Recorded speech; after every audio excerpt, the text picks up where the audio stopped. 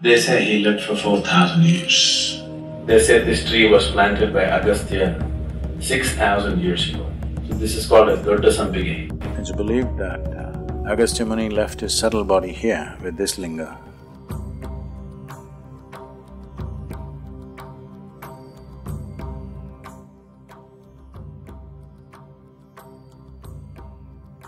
The first transmission of yoga happened on the banks of Kanti Sarovar, about 6 to 7 kilometers beyond Kedarnath. It's called Kanti Sarovar. Kanti Sarovar means a lake of grace. It was named as the lake of grace because it's on the banks of this lake the first yoga program happened, somewhere between 12 to 15,000 years ago. Adiyogi, when he appeared in the upper regions of Himalayas, people gathered in thousands because his very persona was such that it attracted people and everybody sat down. But he said nothing, he closed his eyes and sat. People waited. So he simply sat there for months on end, unmoving. They realized that if someone has to sit like this, he must be beyond his physical nature, otherwise he cannot sit like this. Only 7 people identified this and they stayed back. These 7 people today are referred to as the Saptarishis or the 7 celestial sages in India. He gave them a few preparatory steps and said, you prepare, let's see. One day when his attention fell upon them and he noticed they have become like shining receptacles. For one who knows, when he sees such a shining receptacle, he can't keep quiet. He saw these people are really ready and then he sat down on the banks of Kanti Sarovar and started expounding the science of yoga. To assimilate this science, to assimilate this knowing and to integrate that into the human form, they went into long periods of hibernation. The most prominent of them, one who is very, very significant for us, the one who chose to travel south, Agastya, or one who is known as Agastya Muni, went into his sadhana in a subterranean space. The legends say that he stayed there in the subterranean space in a mode of hibernation for thousands of years. And then when he came out of it, having completely integrated the knowledge as a part of himself and his system, not as a intellectual property, but as a reverberating process of his own human system, he decided to fulfill his mission of going south. And of all the 7, he became the most prominent because of the vigor with which he spread this across the southern part of the subcontinent. He set up probably over, from what I have heard of, over 700 ashrams in the country. Many small places, that's not counted, proper ashrams where sadhana went on and he established some kind of a guru in the place and so that sadhana could go on. Over 700 ashrams he established around the country to make spirituality a part of everyday life. The depth of understanding and how he went about his work, with the energy and the wisdom with which he handled everything is quite superhuman in many ways. In many ways, Agastya is, you can say, almost, you can call him the father of South Indian mysticism. Yoga came in a particular format to South India, to Agastya. They say he lived for 4,000 years. I don't know whether he lived for 4,000 years, but definitely he lived much longer than what normal human beings live if you look at the volume of activity he performed in his life. It doesn't look like he died in 100 years' time.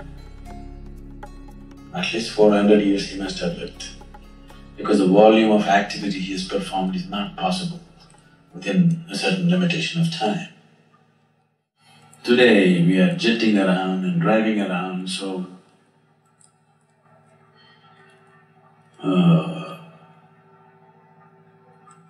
we are able to do so many more things in a short span of time.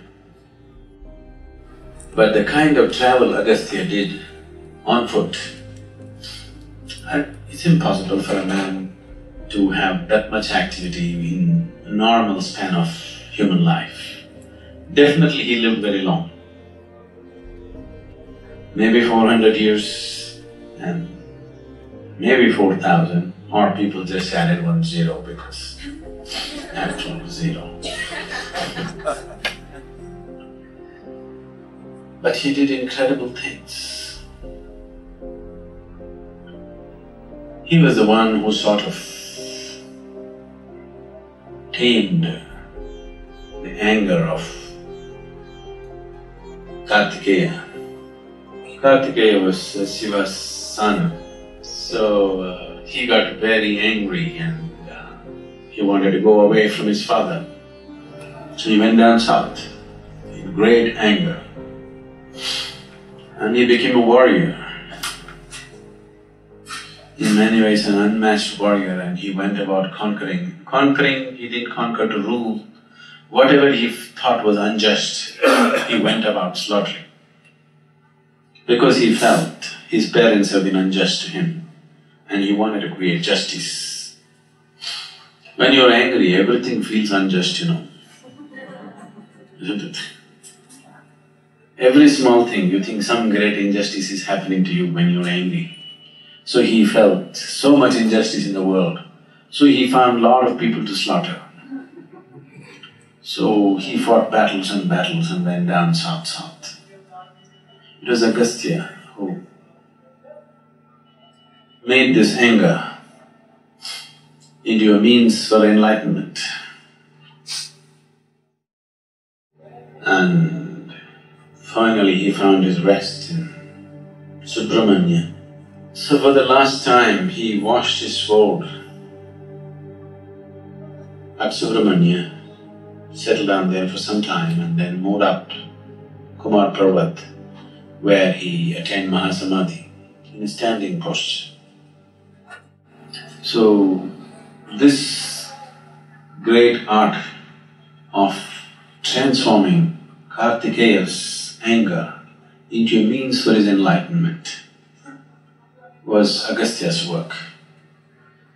And all the siddhas of South India, they are very much in the tradition of Agastya. In a way, everything that I do is just a small extension to Agastya's work. He built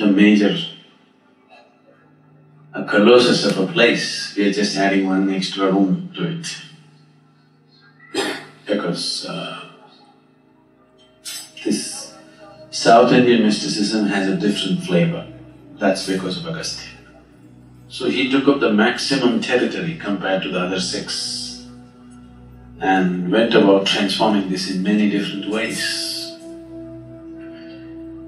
He ensured that some element of spirituality is in everybody's life. It may be going away, but still, if you just look at the last generation, even today it's very much there. Even a simple peasant in South India or anywhere beyond Uttar Pradesh, anywhere down south beyond that, you will see even a simple peasant has some element of spirituality in him. This was Agastya's work.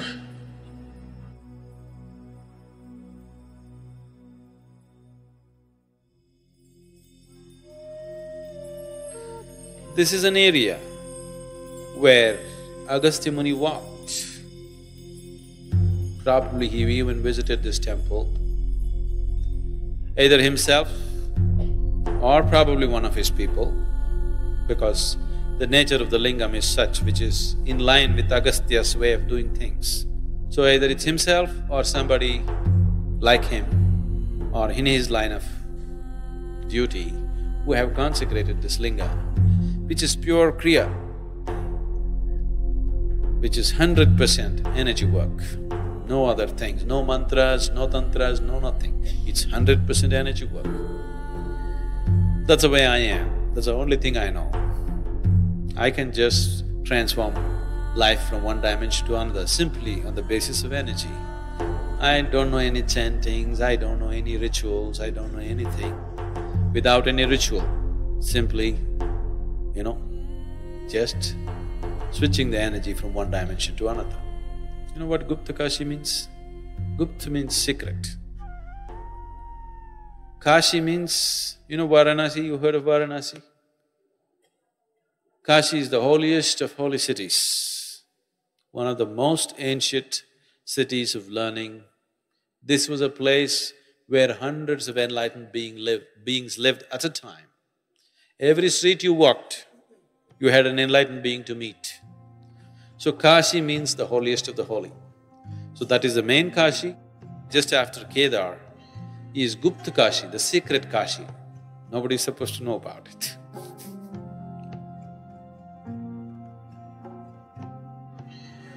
There are a whole lot of stories like this about Agastia's journey down south. When he was going down south,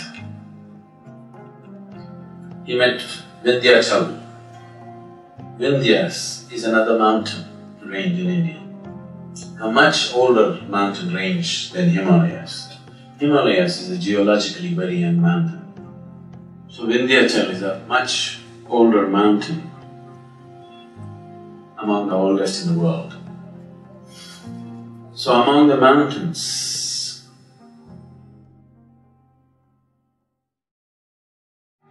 Himalaya was elected as the king of the mountains.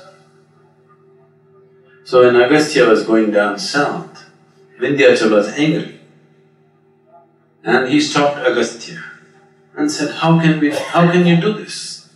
How can you make Himalaya the king? He's just a child compared to me. How could you make him the king? Now, Agastya knew when a mountain gets angry, it can be bad. When a man gets angry, it can be pretty bad. When a mountain gets angry, we don't know what he will do. Now, when Agastya sat down, because Vindhyachal was very devout, he bowed down to Agastya. So Agastya said, just stay there. Stay there, I'll go down south and come back. Then we'll look at your issue. So Vindhyachal remained bowed down, waiting for Agastya to come back. Agastya never came back. Next time when he came north, he went the other way, through Jagannath Puri, just to avoid Vindhyachal, so that he remains subdued, that he doesn't erupt as a volcano or something. So Vindhyachal remained he is small because he is bowed down. Himalaya is tall because he is standing up and still growing.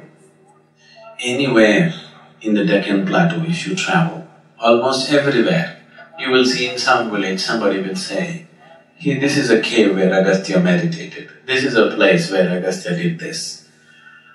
Of all the places in BR Hills, it's called Piligiri Rangana Betta in Karnataka, in Chamarajanagar district.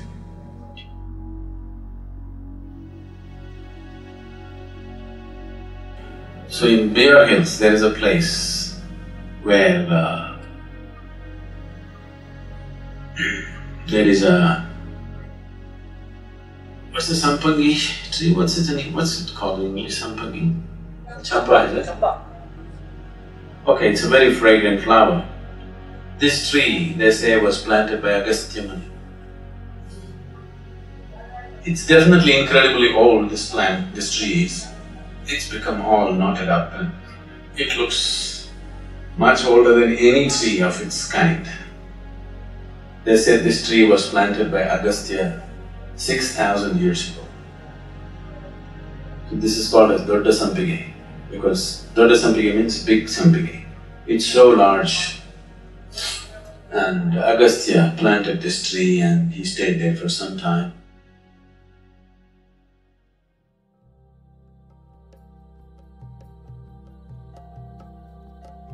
In the Kaveri, this is the midpoint. So, they identified the exact midpoint and Agastya Muni consecrated a linga which is originally actually made of sand mixed with some compound of those days, traditional compound. So it's a sand linga which is still intact, not only physically intact, in every way intact. This is seen as the navel of Kaveri because it's a midpoint and whatever he did, I wish I had more time to spend here, but it's just blowing away as if it was done yesterday. And it's incredible. This is our ancestry. It's believed that Agastya Muni left his subtle body here with this linga and left his mental body or Manomaya Kosha in Chadura, what? Somewhere near Madurai or Virudhunagar, there is another place where he left his intellectual or mental body. But he took the help of Kartikeya and took his physical body to Kailash, where Shiva was, and left it there. That's a spectacular way of doing things in the end.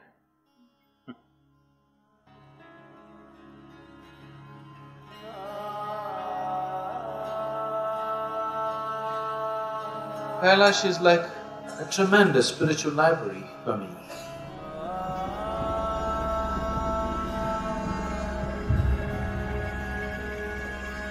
When they say this was the abode of Shiva, this is the abode of Shiva, it doesn't mean he's still dancing on the snow. It means that everything that he was is invested in that place. Not just him, everybody else who came. For me, the most significant thing was Agastya Muni, we know, invested his energies in Kailash. So, Agastya invested everything that he was in the southern face of Kailash. That's incredible. It's incredible means incredible. In terms of natural beauty, there are no words for it. But in terms of its power and energy, it's absolutely incredible.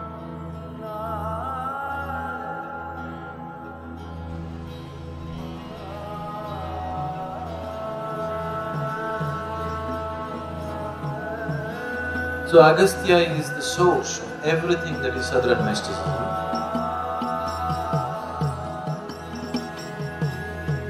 He is the very source of everything that I am. You can say, I'm just a fingernail of his, scratching your life right now.